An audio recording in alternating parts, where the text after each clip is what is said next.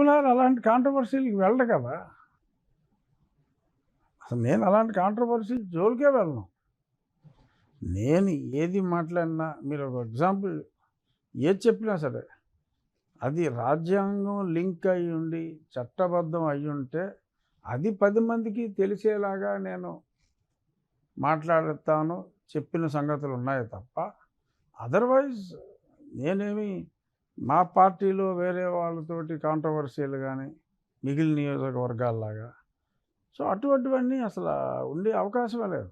ఉమ్, ఏదన్నా ప్రజలకు ఒక అవేర్నెస్ గురించి చెప్పటం, రాజ్యాంగం దారిది తప్పి ఎవరైనా మాట్లాడితే అది సమంజసం కాదని చెప్పటం తప్ప దానికి పార్టీ చర్యలు తీసుకోవడానికి ఆర్ పార్టీ సంజాషి అడగటానికి ఎటువంటి సంబంధం లేదు.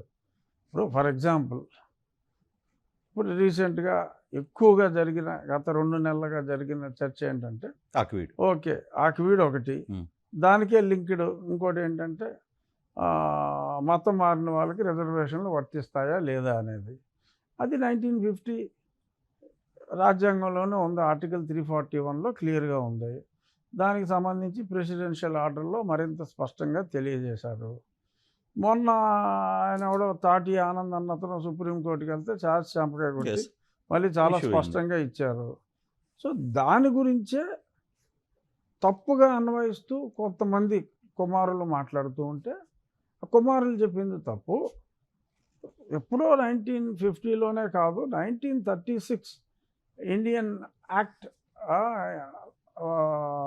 బకింగ్హామ్ ప్యాలెస్లో కింగ్ సమక్షంలో ఏదైతే పాస్ అయిందో అప్పుడే రిజర్వేషన్లు ఉన్నాయి. అప్పుడు రిజర్వేషన్లు ఇచ్చినప్పుడు కూడా for Indian Christians it is not allowed అని చెప్పి బ్రిటిష్ రెజీమ్లోనే చెప్పారు అని అది నేను స్పష్టంగా చెప్పడం జరిగింది. ఉన్నది చెప్పాను.